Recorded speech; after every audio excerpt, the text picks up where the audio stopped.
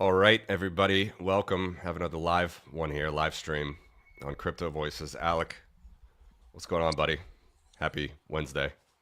A lot seems to be going on, Yeah, right? it's yeah, About to talk about it. head spinning news on the topic that we're about to tackle again today. Everybody knows near and dear to my heart. So Ukraine, very happy to see that in the background here of our next guest, Roman And it's Sulzhyk. real, and it's not a Yes, virtual background. love It's a that, real love film. that. Love that, Roman. Thank you for coming on the show. Thank you for talking to us. Yeah, just before we start, can you give our viewers and listeners a little intro about who you are? Yeah, hi guys. Real pleasure to be here. Matthew, Alec, thank you for inviting me. So I'm Roman Sulzhyk. I'm from Kiev originally.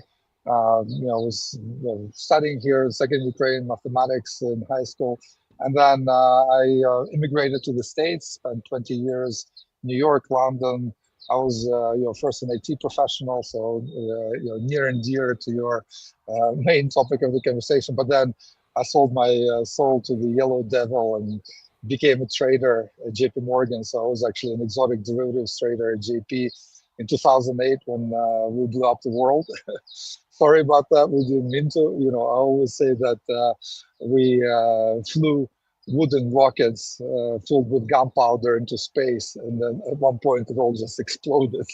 And then I had a stint in Moscow, actually, a little bit. I was a top executive at Moscow Exchange. I did the 4 billion IPO of the thing. And then Putin went crazy and started in 2014, making Ukraine the enemy.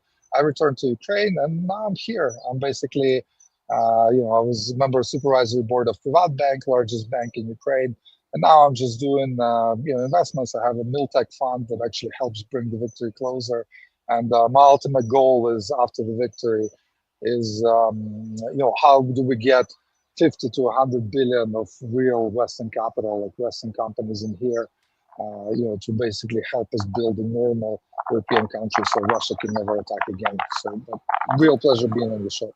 Yeah, thank you very much. Let's jump right into it. The picture that I have in my background here, it's of you and Senator McCain. This is in 2014, or maybe 13, fall of 13. 2013. It's fall of 2013.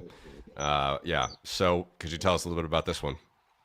Yeah, I was actually at all the Maidans, including the very, very early one in early 2000s. But yeah, this is a unbelievable moment in my life, where I was actually still working in Moscow. And for the weekend, I came, to Maidan, as I did a few times.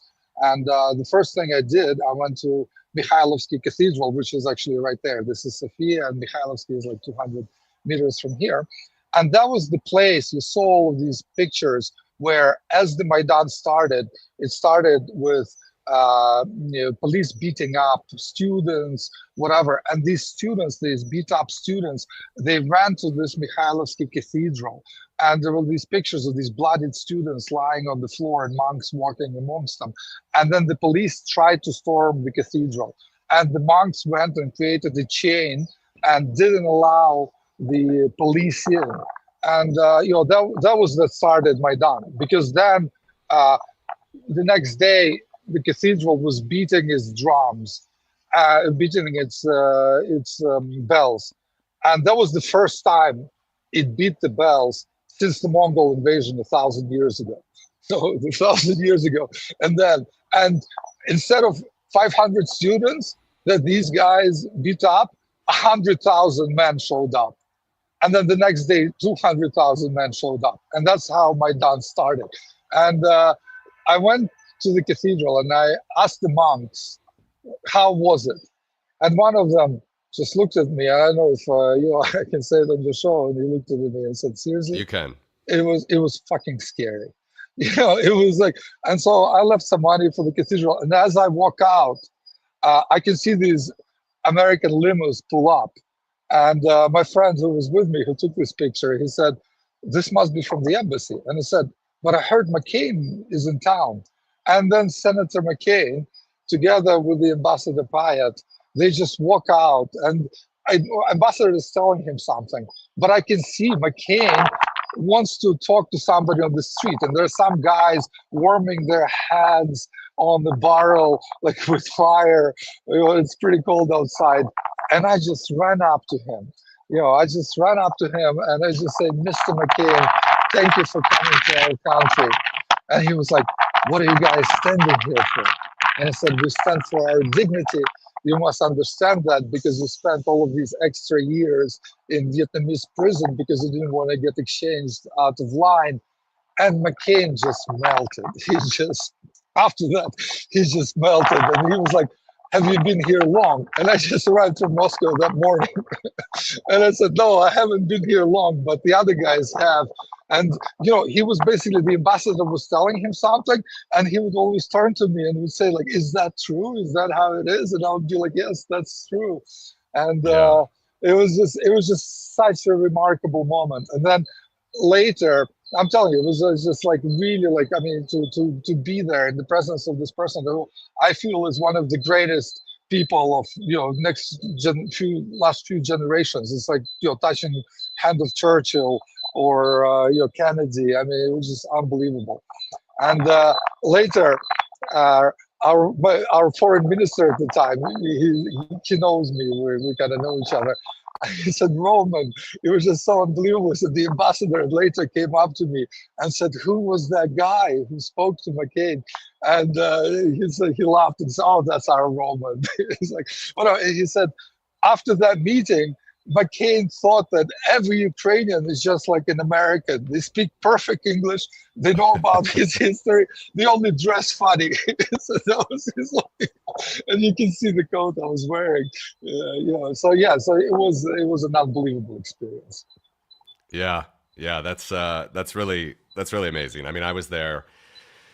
So I was there already the next year in February, mid-February of 2014. It was the first week of the Sochi Olympics, and the week before the Heavenly Hundred, and there's the craziness and the sniping and all the major violence erupted. But like you said, that was already 3 months after a long, struggle leading up to that. A lot of violence from the Yanukovych regime, and this was 10 years after your first Maidan that happened. And a lot of people sort of forget that there was a first Maidan.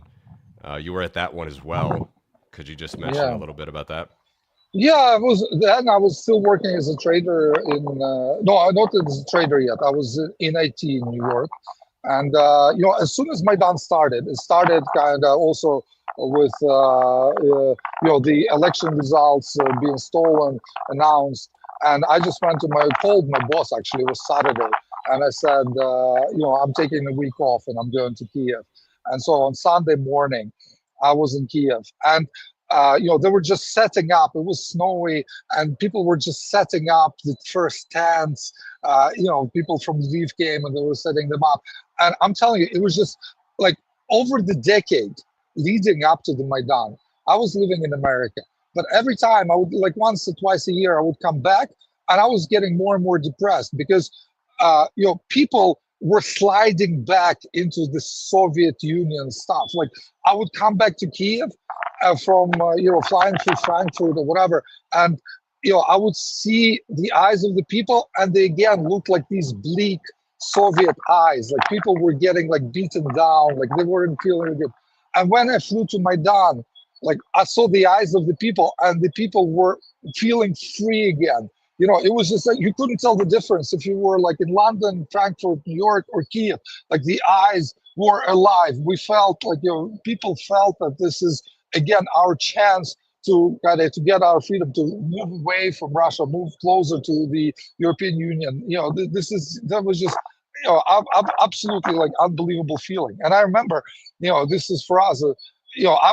I'm from a Russian-speaking family, right? And so my first language is Russian. But right now, like my 1-year-old son is next room, and my main wish is, that he doesn't speak a word of Russian. Okay, I mean, my wife and me were both Russian-speaking, but with him and between ourselves, we now switched and really speak completely to Ukrainian. But one of the things that to me was just amazing, like as I was walking around Maidan, one of these guys, obviously from Lviv, like he came up to me and they're Ukrainian speaking. And in a broken Russian, he asked me how to, like, where can I buy some cigarettes? Because, he knew that people in Kiev mostly speak Russian, whatever. And in broken Ukrainian, I explained to him, like, where to find this nearest store for the cigarettes. And that was the first time in my life, other than maybe in high school, where I used Ukrainian in public. And this just shows, like, the evolution of the country and where we kind of led to, like, where during the first Maidan, like, maybe like 10% of people in Kiev like spoke Ukrainian. Like, second Maidan, it was everybody was already speaking Ukrainian, more than 50%. Now it's probably like 70-80% speak Ukrainian. Right? So this is a big evolution. But that was extremely peaceful. We were worried about these guys from Donetsk that were supporting Yanukovych, that these gangsters would come and break up Maidan.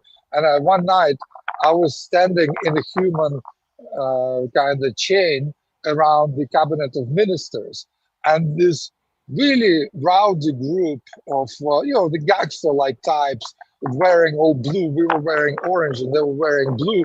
They started to approach us, and we got tense.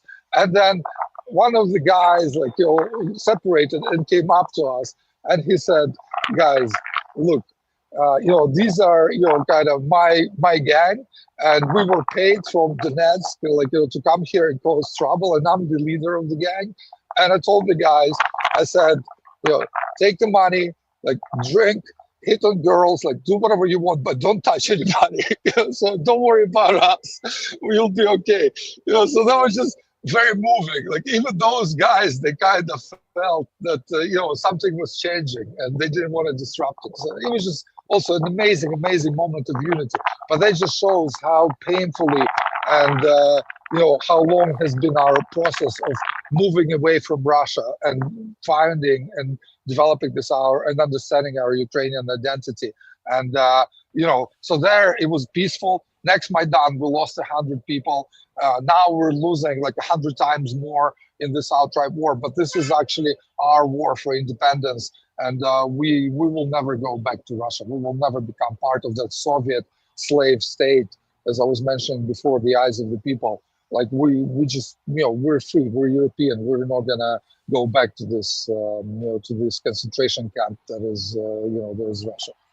Yeah, very well said. Listen, there has been a lot of wind when you were talking. It was manageable to hear you, but it might be better. Sorry, maybe go inside? Just step inside, yeah. Yeah, let me just switch the camera for a second. At least we got a good view of the church while we could. Yeah, but carry on. I'll switch the camera back on in a second. Sure. So,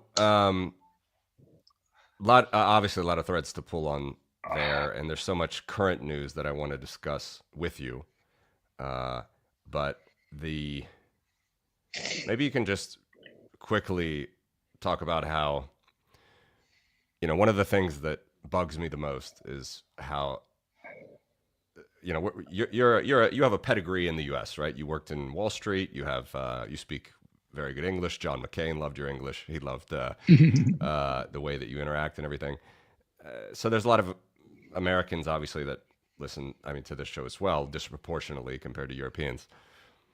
And one of the things that I think is still not understood from the American perspective is that whatever the Kremlin says about what they're trying to do for the Russian-speaking minority in Ukraine, first of all, it's a lie. But second of all, you just have to look at the demarcation line, or not the demarcation line, but the front line at the moment.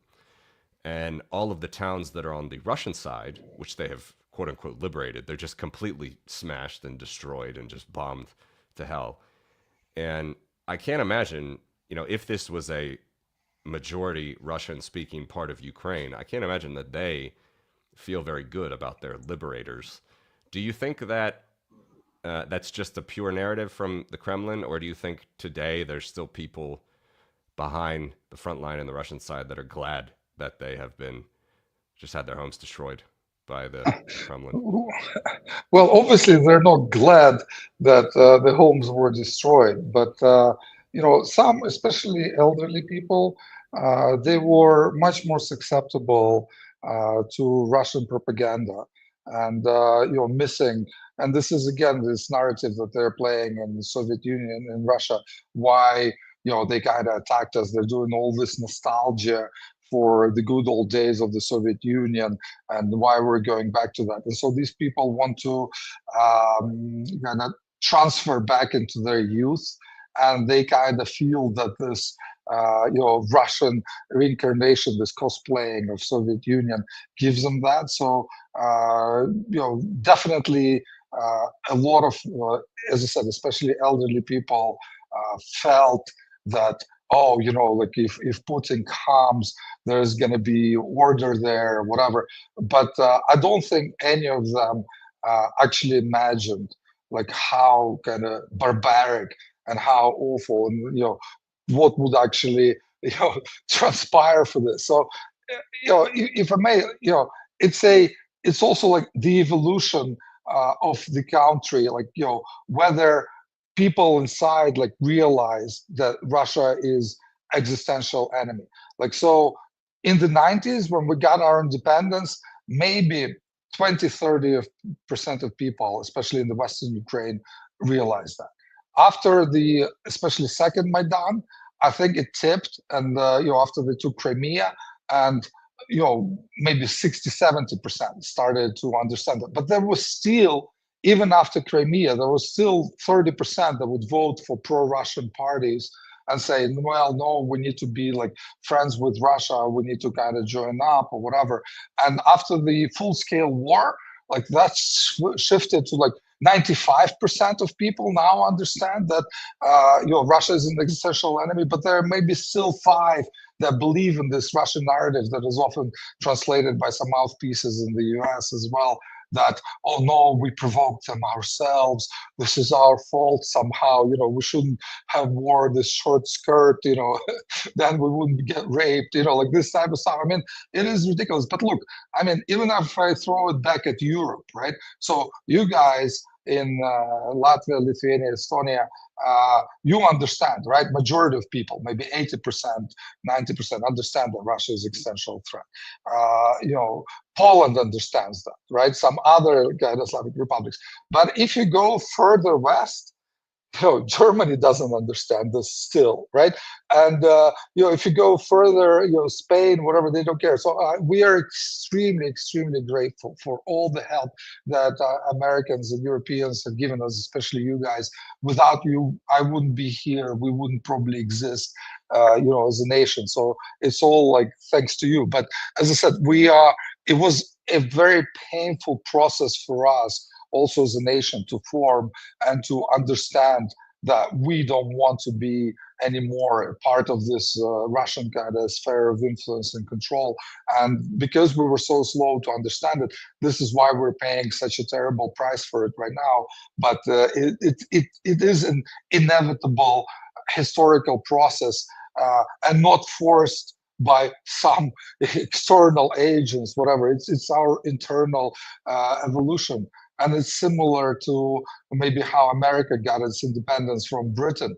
In America, at that time, there were a lot of people who didn't want to leave the empire.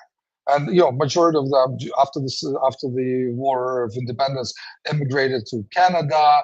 Some of them kind of stayed and adopted, right? So it's a similar process. They also had people inside who were welcoming British troops and whatever, and you cannot blame them, right? So what I'm saying is like there is a minority that is maybe even happy with the price that they paid, like all this destruction, but they're going back to this Russian kind of concentration camp. But it is a minority, and I believe even in that part of Ukraine, it is a absolute minority. So can we talk a little bit about the current events, because there's so much going on, and you have the Ukrainian delegation with Rubio and Walz in Saudi Arabia. And I think the conversation started today in Moscow, and there is a ceasefire being proffered. Can you just unpack what you see the negotiations looking like? What do you make of how we've gotten this far? Man, it was such an emotional roller coaster. I'm telling you, like I was after that confrontation in the White House. I have never been so despondent, like since the beginning of the war. I'm telling you, even the first week when we were in Kiev and Russia was attacking and it wasn't clear if we'll be able to hold Kiev, you know, it's still, there was like kind of ultimate hope that we will win, and this hope, like the kind of we will prevail. It kept us going, but the sense of abandonment and betrayal, that basically it felt like America is siding with Russia, like this whole rhetoric that was coming out from Trump and people around him. It was just absolutely mind-boggling, because I was always like focusing on like how do we get investments into the country, or how do we do this. So, but when I was talking to guys outside, it was always a question of risk and when the war will end. And then suddenly, in the like events of the last month, a new outcome started to appear, a very low probability outcome. I mean, I wouldn't place more than like 5%, whatever, on this probability, but it just appeared that Ukraine may be forced to capitulate to become a part of Russia, like Belarus, right? That outcome just did not exist until the last kind of few weeks. So I was absolutely, I was very happy personally to see the rhetoric yesterday after these more cool-headed conversations in Riyadh, and and they basically in the press conference afterwards, that it now kind of starts to shape a path forward. Obviously, the main problem now is what pound of flesh will Russia extract from us and kind of Americans? Well, Americans will pay with our pound of flesh for this ceasefire, right? So if, for example, Trump lifts sanctions to get them to a ceasefire, or does something else equally kind of beneficial to Russia, that just will show the vector in which it will go, right? So how hard will they force us on these territories, right? I mean, obviously, I don't, that for us it's a non-starter. But if we are forced to withdraw from the territories that Russia like annexed to itself, which they don't fully control, right? So there's a lot of unknown in the remains in the air. But I personally, and kind of thinking people around me, we feel, after yesterday, much more optimistic than we felt, after the Friday 2 weeks ago. Yeah, it's a roller coaster, like you said, and it's disappointing that you guys, from all that you have been through, that you've had to go through this roller coaster. Even before that Zelensky meeting, I had heard that there was intelligence that had been cut. I had heard that there was even aid that had been cut that was reported before the meeting that happened. And then, of course, the words that were thrown around when Trump was calling Zelensky a dictator, this was like a peace krieg or a blitz peace that they were forcing on Ukraine, which clearly you guys have had darker days at the start of the war, but the fact that it was the U.S. that was pushing. And I just want to ask you generally what you think about that strategy that the U.S. is taking, because, from the beginning, there was basically, when I was hearing people talk about what Trump could do for Ukraine and to end the war, it was basically one of two strategies, and he couldn't do both simultaneously for long. So the first was to tell the Ukrainians, look, you better come to the table or I'm going to cut aid. Okay, that's basically the route that he's gone down. But the other route could have been go to Putin and say, look, if you don't come to the table, I'm going to give them max weapons and max support. Because the United States has the leverage to do that. I mean, Russia is, they got donkey brigades now. They got crutch brigades. They have they're absolutely devastated. Certainly in spirit, I believe, even more than Ukrainians. And so he has leverage, but he's chosen the first. He's chosen to put the screws on Ukraine. And I haven't heard anything, at least publicly, putting the screws on Russia. Do you have any thoughts there about how this current sort of path is going? I know it's very difficult because Trump could change his mind tomorrow, but how do you feel? No, I feel. I mean, I expected it to be bad when Trump got elected, but it was much worse than anything I could have expected. I didn't expect him, yeah, really beating us up instead of standing up to Russia. And my friends, Ukrainian friends, like who like me, my high school friends, who also immigrated, same as me, and they stayed in the U.S. and they're now U.S. citizens, whatever. And one of them voted for Trump, and I was there in the summer, and I was just telling him, why would you do that? Why? Like he's gonna throw Ukraine under the bus. And he's like, no, he's not gonna do that. He's just posturing. He's gonna end the war. And now he just called me. He's like, yeah, Roma, I'm sorry, but still he's doing so much good. Like he's throwing all of these illegal immigrants out. That's what's important, right? So this basically, look, I mean, I understand. Like for Americans, Ukraine is so far away, and dealing with illegal immigrants or not allowing men to play in women's sports, that's a more important kind of visual uh, uh, issue. And if that's the price you have to pay, Ukraine becomes subjugated to Russia to get the Latinos out, then well, okay, who cares, right? I'm sorry for such a kind of cynical view, but they're allowed to kick immigrants out, but you're not allowed to kick Russian terrorist invaders out. Yes, and this is just, I mean, it is saddening because, and I feel I'm not giving up on America. I think it's a great country. It's the greatest country in the world. I mean, I love it immensely, and I think it will right itself. And it always stood up for what's right against what's wrong. And yes, we live in this bizarre world of like new politics, but yeah, it's definitely really, really disheartening for us here. But the point is that you know even if we have to fight, not with America, but despite it, and Europe hopefully now is getting its act together as well as getting a little bit of a cold shower, understanding what's coming. We're not gonna surrender, but it is gonna make it much more difficult, and much more the best of us will pay the ultimate price. And this is what this is the main problem, that we are the best guys, like our army is guys like myself, like really like educated, successful, who went as volunteers. And so every life is absolutely precious. And on the other side, it is just like absolute, I'm sorry to say this, it's just like biological garbage. Like it's just like they're like just getting these miscreants and just throwing them at us. And it's just, I mean, you cannot, it's so hard to fight against a state.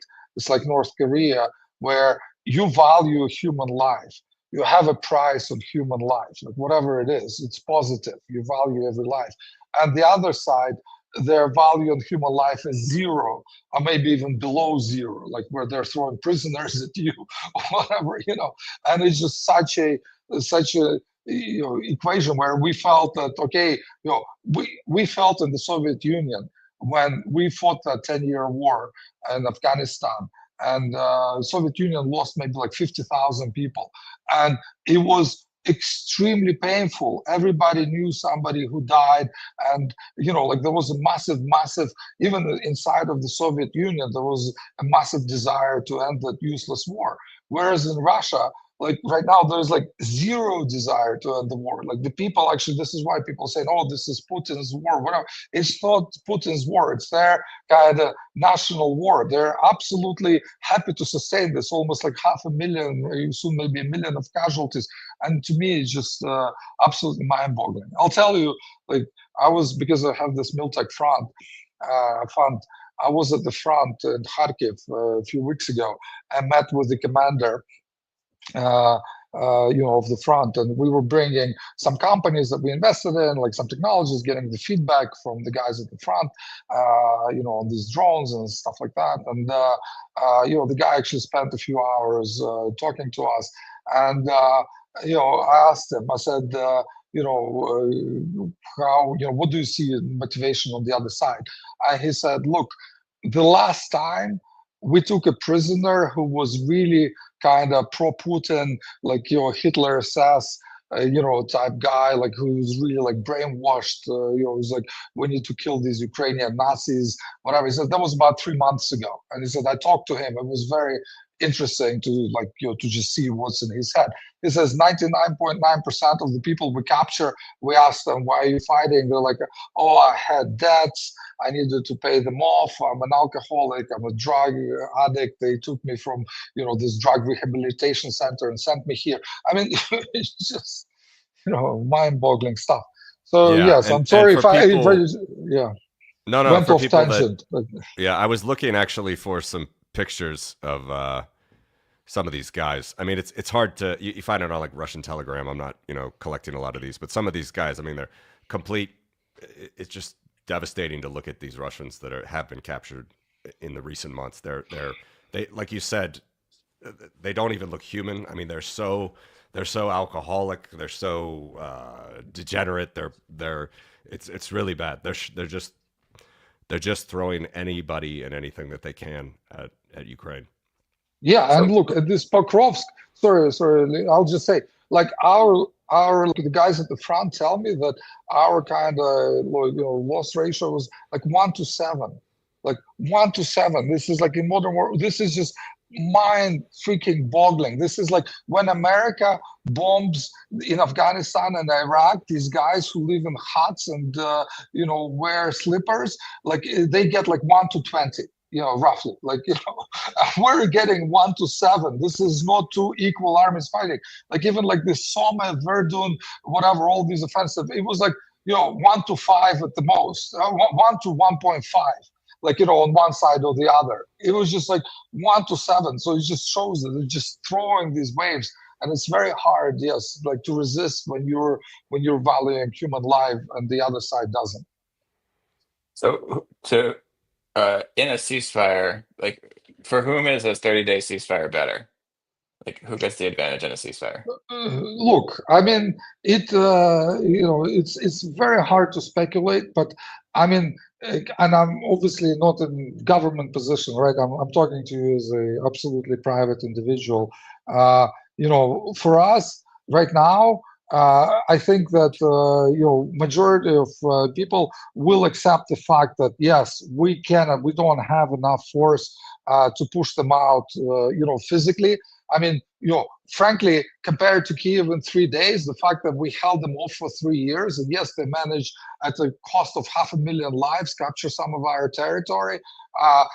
We will be happy to basically keep it as it is, keep this as basically a small enclave of the bigger Russian concentration camp, and if we build successful Ukraine here, at the rest of the territory, eventually, like just East, West Germany, whatever, even if it takes 50 years, like these people will come back together with Crimea, maybe with other parts of Russia. They will be like, we want to join this European Ukraine rather than remain in that. So I think that the political, whatever, just history time in Russia, like that empire will collapse, and we will just have to be ready for that moment and pick up the pieces. So, but the problem is that even if there's like a not 30 days, but a 2 year ceasefire, 3 year, 5 year ceasefire, it's not like Russia tomorrow is gonna say, well, okay, we've got what we wanted, so we're now stopping all of this military industrial complex. We are sending all of these people like that we gathered in that army, we're sending them back home so they can rape, kill, and pillage Russian citizens, and we're just becoming a normal kind of country. That's not what's going to happen. They're just going to keep taking lessons what they learned. They're going to keep pumping weapons for the next 2, 3, 5 years, and they will just gather even a larger army, not like 200,000 that they used to attack us in the early days. They will gather like 2 million people, like now that they have the machinery to keep them on the rifles. And where are they going to go next if Trump withdraws from NATO, whatever? It could be you guys, it could be anybody else. So so from that point of view, but on the other hand, it is inevitable that yes, we need to stop it, we need to freeze it, and then the political process needs to take hold. But then the main question is like, how much? And it's not just security guarantees. Obviously, we need to get them. Like Ukraine needs to, the ultimate outcome, and this is how we're going to know if this is a good outcome or not. If Ukraine becomes investable, if basically investors feel, private money feels that Ukraine got sufficient security guarantees that Russia is not going to attack again, and Ukraine is going into EU, so there's going to be a big boost from that side. So, and because there's now the prices are depressed because of the war, and they will be willing to put the billions of dollars rebuilding all these mineral deals, mining, whatever, that's going to be the positive outcome if the private investment is coming.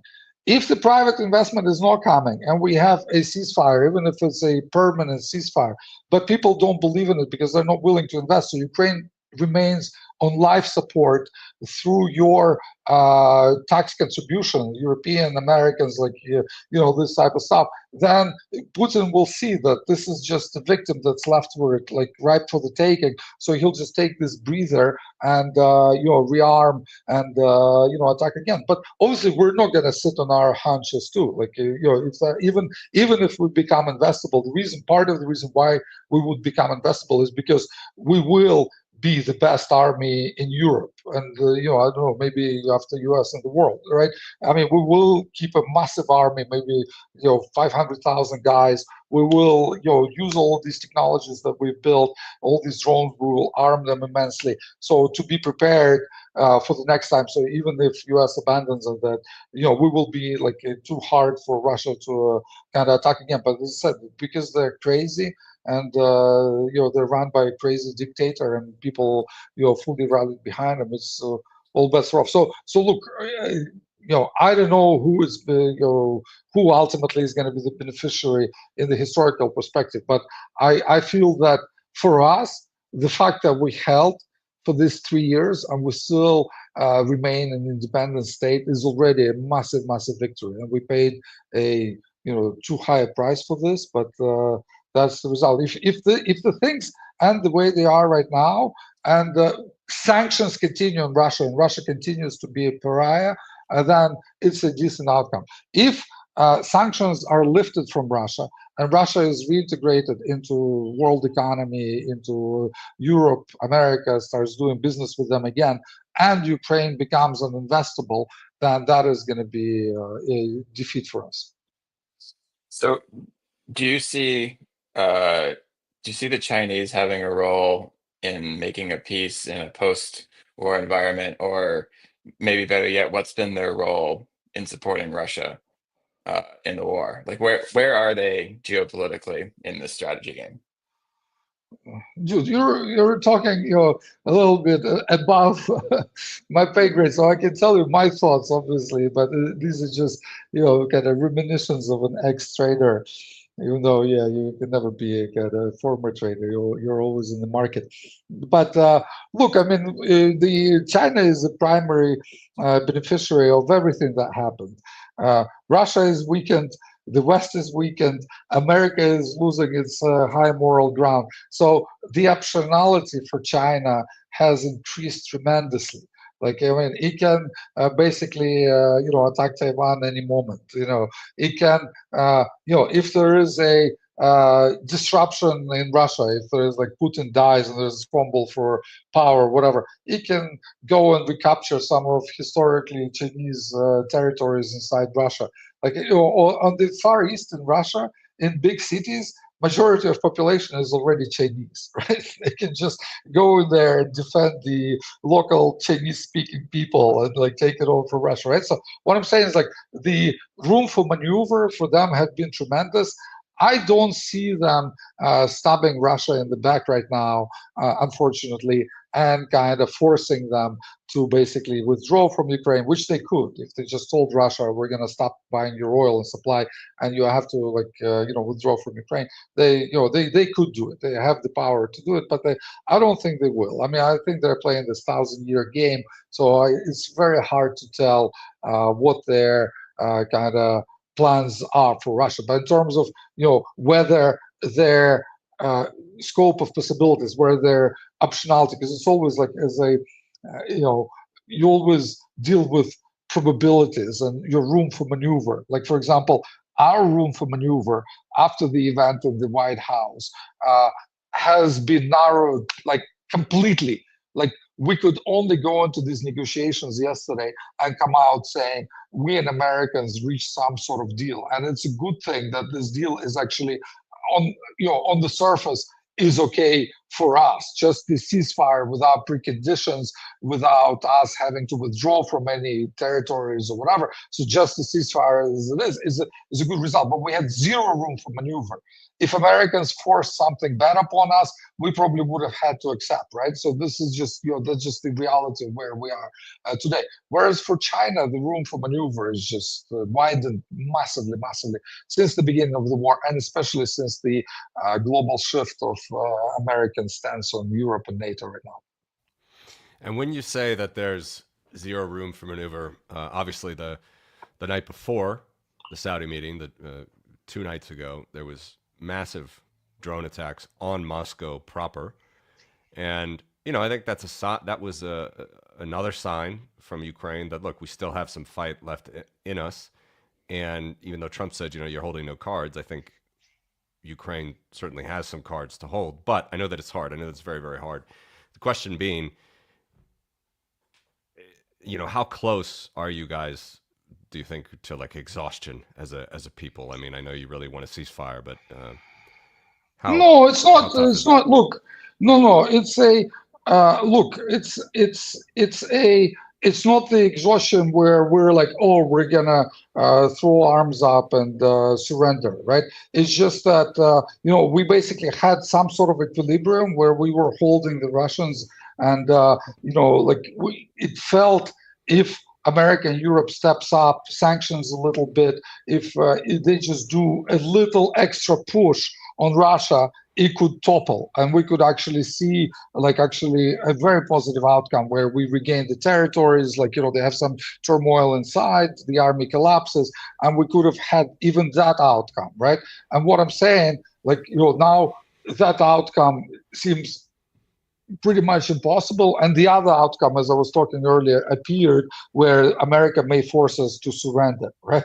And that's what I was worried about, that with all the rhetoric from Trump, I mean, it could have been where the proposal they would put on the table is you have to accept all Russian conditions unconditionally and withdraw from these territories, otherwise we're completely off, right? You know what I mean? It's a so the situation could have been a lot worse. And I'm saying we would not have accepted that completely terrible outcome, but we had I just absolutely we just really narrowed, we had very narrow room to maneuver. And about the cards, I just wanted to say I recently read a book, Washington Immortals. It's Washington's Immortals, amazing book about the war for independence of United States. And America had zero cards then. When the British fleet landed in Brooklyn, the local said, it was like a sea of masts appeared on the horizon. And the Americans had 15,000 person army, and 35,000 best troops in the world just landed.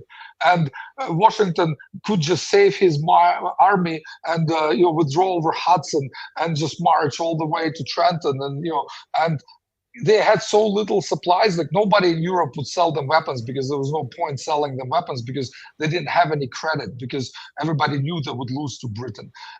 They didn't even have proper shoes. In the winter when they were withdrawing, the British didn't need to scout the territory, because the roads were covered in blood from the barefooted soldiers walking. And only after the famous crossing of the Delaware, when the Americans managed to capture back Trenton, because the British only left 2,000 troops there, and the whole Washington's army could retake it. Only then Europeans started to feel, well, maybe America has a chance, and Dutch started selling them first muskets. Right. So what I'm basically saying, don't tell us about not having any cards when you fight for freedom. It's not a question about having cards when you're fighting for your survival, and you're fighting for your right to exist at all.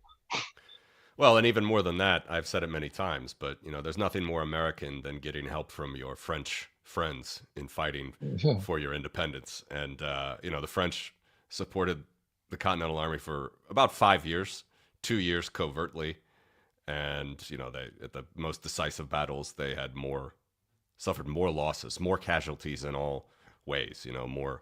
More people, more soldiers, more equipment, more ships. They did more, and it doesn't mean that America has to do that. But for all these American patriots that think that Ukrainians need to fight their own war, they might not completely understand the history of the American Revolution. Yeah, and we're going through the same thing. Like right now, it is like, just like America stood no chance against Britain, like on paper, we stand no chance against Russia. And here we are 3 years later. The war for independence lasted actually 8 years. I was actually shocked Yep. when I found that out. I didn't think it was that long. So yeah, so look, I mean, we're not in any way kind of despondent or looking to kind of leave. We make our choice. Like, yeah, I mean, some guys like choose to fight. I mean, I'm ashamed that I'm not in the front, but I'm staying here and trying to do as much as I can. I'm not leaving. I could have left anywhere, but I'm staying as my wife, my child. We're all here, and this is also a choice that I'm making, and this also a kind of like sign of defiance that a lot of people make. We're not, we're prepared to face the worst. It's absolutely heroic, Roman. It's absolutely heroic. Well, what about the next steps then?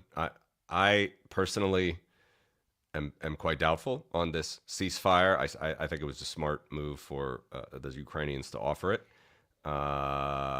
Anything can happen, right? I mean, Trump could change his mind today, tomorrow, or he could put the screws back on Ukraine, even though the ball is now in Putin's court. Putin could come back with some other counteroffer, and Trump forces that down the Ukrainians' throats. But at the end of the day, it's going to come down to both armies' idea of a cost-benefit analysis, and Putin doesn't, like you said, like we've been talking about, Putin doesn't value life that much, and he's still pushing. So I'm sort of 50-50, even more than 50% that this ceasefire deal won't even work, or it will be broken by the Russians at any time. What are your thoughts? No, I think unfortunately, I think Putin is kind of smart enough to accept this ceasefire. If he doesn't accept this, now that Trump has officially announced that it's his ceasefire and we agree to it, that would be the best possible outcome for us, because then Trump will actually have to turn and follow like what people in GP are asking him to, and start turning the screws on Russia. That would be the best outcome. We have a tremendous amount of resiliency, and if there is a little bit of like Europe grows a little bit of balls, and actually, like, if they just send like Royal Air Force to like patrol even western Ukraine, or even like help at the front, like, because the only way they're advancing instead of these other than human waves is the fact that they can throw these 1,000-kilogram bombs, and we have zero air defense because they throw them 50-70 kilometers from the front. We cannot shoot that far, but if they just said like 20 F-35s, if there's like Royal Air Force said 20 F-35, that would be lights out for Russia. Just absolutely lights out. And if they did it 3 years ago, we wouldn't be here. Like, this whole thing would have been over by now. So what I'm saying is there are so many cards that the West can play to turn the tables on Russia, from making stronger sanctions to actually deploying the Air Force, whatever. There are a lot of things that the West can do. And Russia is thrown everything it had, like short of just nuking us outright. They've thrown everything they had, and this is all they could achieve. And look, I mean, I'll leave you with this parting note. Like, this is like Kissinger wrote in his latest book, one of his latest books, World War Order, World Order, New World Order. I don't remember what the name is, but he said, "Look, Russia is one of the last empires that didn't have its imperial ambitions crushed, and it's a land empire. So it keeps expanding stupidly until you're capturing all the border countries until it hits a country like that is stronger than it. It gets its kind of nose punched, and then it shrinks into itself and waits for the next Stalin or Putin to make Russia great again and start expanding again. So if you look 200 years ago, Russian ambitions were to capture Constantinople and get access to the Mediterranean Sea. And then British and the French had to check their ambitions, the Crimean War, right? 100 years ago, their ambition was to keep Poland and Warsaw as part of the Tsarist empire. Right now, the Russian Empire ambition is to capture Pokrovsk. This is their national empire ambition, capture Pokrovsk. We need to continue pushing on them. So in 100 years, their national ambition should be return Vladivostok and Kazan. And in 200 years, their national ambition should be to attach Tver back to Moscow. You see, this is this is what we as a civilized world should be doing with these Muscovites, right? And what I'm basically saying, it feels very painful, like for us right now, living at this period in time, but we have our chance for independence, first time in 300 years. For 300 years, Russians have been coming here and doing what they're doing now because we were subjugated, killing, raping, whatever. Holodomor, where they starved 5 million Ukrainians in the 1930s. They've been doing this for 300 years. And this is the first time when they came here and we had an army and we actually had Europe and America behind us. We were able to actually hold them back and prevent this Bucha happening all over Ukraine, right? So it's already, for us, for our generation, it feels very painful that we lost 100,000, the best guys fighting these barbarian hordes. But the previous generations, like the 5 million people who died because of hunger and they didn't have arms, they couldn't rise up, they also didn't want to die, right? So it's what I'm saying is it is our moment, I feel, as a nation, and it's painful so far that it feels that America is kind of abandoning us at this very crucial moment. But I do believe in the great, in great kind of power of America. And I saw the protests against J.D. Vance, and all of these things, and even his brother interview, who actually fought in Ukraine. It was just extremely powerful. The guy from Texas fighting here, and his cousin, yeah. And the guy was just, it's just unbelievable. He actually summed up very perfectly for America as why we fight. He said, look, it's not just two Slavic nations fighting. He says, these are civilized people and the others are barbarians. He said, I saw them shoot their own troops as they're trying to retreat. To retreat. He says, they're different. You cannot think of Russians as normal people or civilized people with whom you can do business. These are just absolute barbarians. And he says, you cannot side with them over the kind of normal country. But that's what seems to be happening, but I hope that reverses itself. Sorry for getting so emotional, but there's a quote, I couldn't find who said it, but I think it was an American general. And he said, a war isn't over until both sides have used their most powerful weapons. And so you mentioned Russia being a nuclear armed state. Is that a concern? Look, it's unfortunately, with this position of Trump, if before, Russia would be and this is what Biden was saying, if you use a nuclear bomb, we will obliterate you. You will stop existing, And so this was the threat.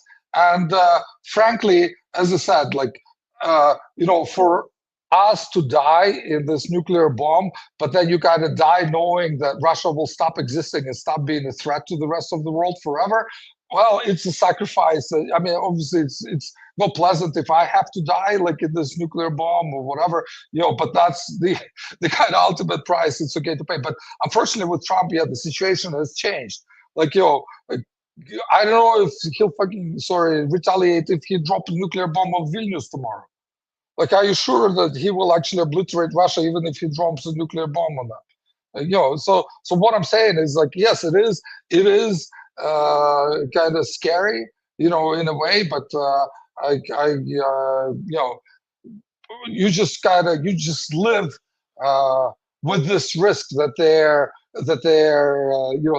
this crazy warmongering kind of bastards. But you know, I do not think that this is the reason to cave into them, especially for Europe and America, because once you cave in to this nuclear, to this nuclear blackmail, then the message that it sends to the world that the only way to be safe is to get a nuclear bomb, which we gave up in '94, as you know, in exchange for security guarantees. So I think you will see a situation where just everybody and their grandma will have a nuclear bomb. And is that going to be a safer place? So you have just one crazy nuclear arm, well, two, like Russia and North Korea. But if you have 100 countries with nuclear bombs, is that going to be better? So I think I do believe that collectively the West and China, most importantly, I think this is the actual main deterrent. You asked the question about China. I think that the main deterrent for Russia not using nuclear weapons is not even America, it's China. Because China, I think, told them because I think there was some conversations where Putin was nuclear saber rattling, and then they had some talks with China, and he stopped that pretty much completely for the last couple of years, where basically China understands that as soon as Russia drops a nuclear bomb somewhere in Ukraine, even if it's not Kiev, if it's somewhere in the front lines, whatever, then within 5 years, Taiwan, South Korea, Japan, like everybody around China will have nuclear arsenal.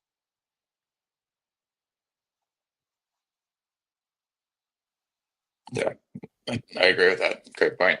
So would you be in favor of, or I guess better question, how should a ceasefire be enforced? Should there be NATO troops enforcing it, European troops, Americans? Can it be enforced just between the Ukrainians and the Russians? Well, look, I mean, it's very hard to tell, and I'm not a military guy, but if Europeans, it's all about precedent. Like once you have a precedent, then you can expand, it indefinitely. If the ceasefire is announced, and then a week into it, France or Britain unilaterally announces we sent the first 5,000 troops to monitor the ceasefire, that's going to be the precedent, and then everything will start to change. They'll start to get like other guys in, and then these guys will start to get embedded. I mean, I think this is going to be one of conditions for Putin. I mean, I think if I was your fortune teller, obviously, I don't think he will ask for us to withdraw from the territories. That would be too much. We will not accept, and America will not accept. I think his main two asks are going to be, lifting of some sanctions. Maybe guarantee that this 300 billion will be returned, whatever, and no European troops on Ukrainian soil. And that's going to be the hardest one for Trump to kind of like negotiate, because the first 5,000 troops officially here, because obviously there are a lot of them as kind of advisors, whatever, but none of them are officially here. But the first real European kind of military here on the front lines, like really reporting, and they're journalists, and they're like seeing all of these like Russians breaking the ceasefire. That's going to be a really, really big game changer. So I think that's going to be the main thing that Putin will not want to happen. But obviously for us, if this starts to kind of open up, and obviously the bulk of the fighting force is still going to be us, is going to be like, we probably have like 1 million men in the army right now. I mean, obviously the number is classified, but even like 50,000 guys with air support and ability to direct that air support, that's already going to be a massive, massive, massive game changer. And that what could deter Putin from kind of starting again. But ultimately, what's going to prevent him from starting again, it's not so much even like the troops on the ground, even though that's important. But I believe the ultimate deterrent is going to be, over the next 5-10 years, $50 to $100 billion of Western capital invested into Ukraine. That is going to be the deterrent, and continuing sanctions in Russia.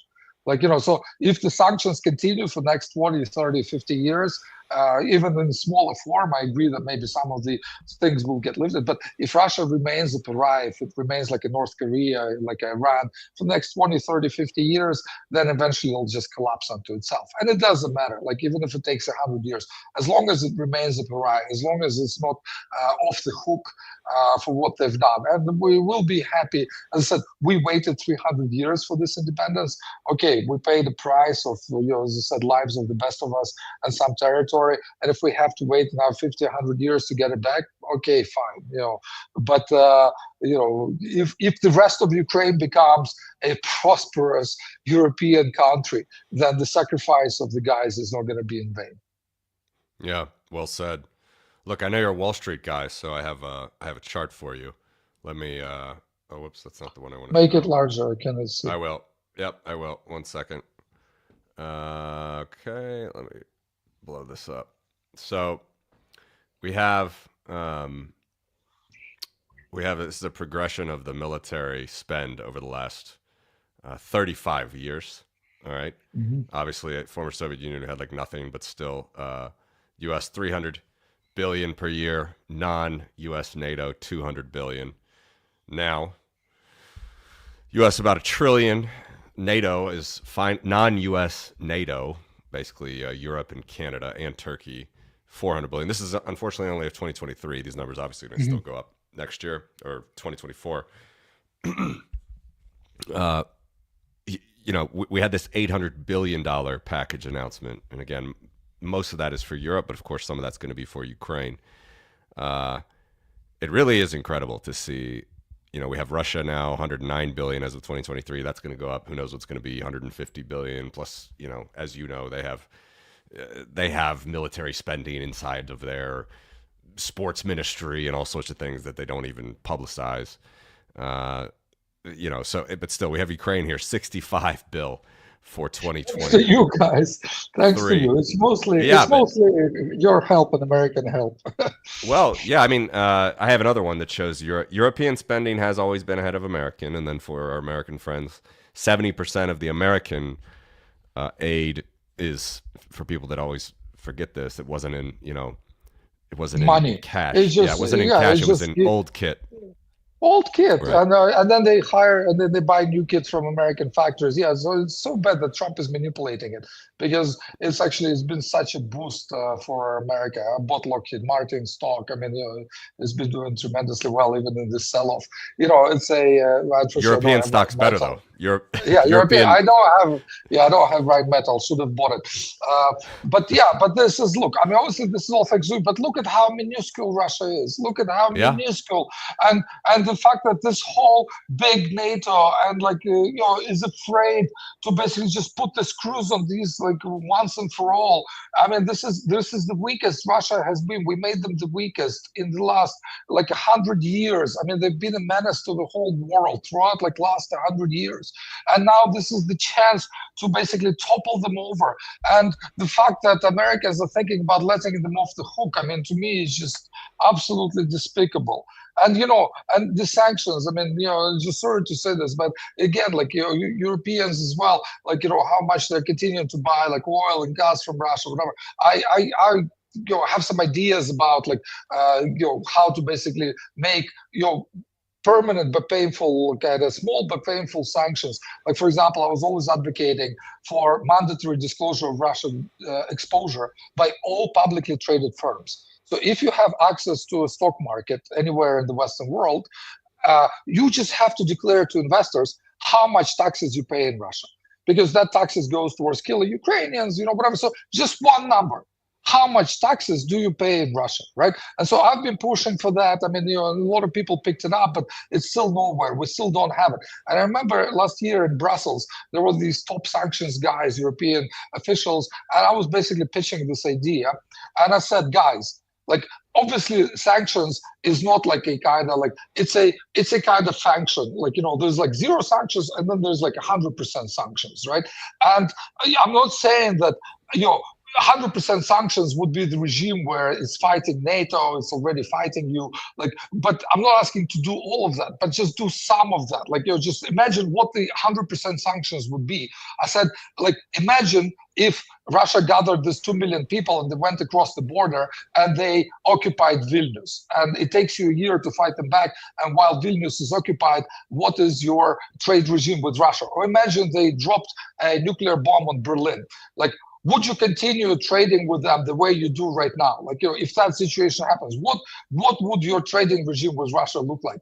And one of these older German guys, he actually looked around the table. He like laughed, like he said, Roman, we probably would still continue trading with Russia. Yep.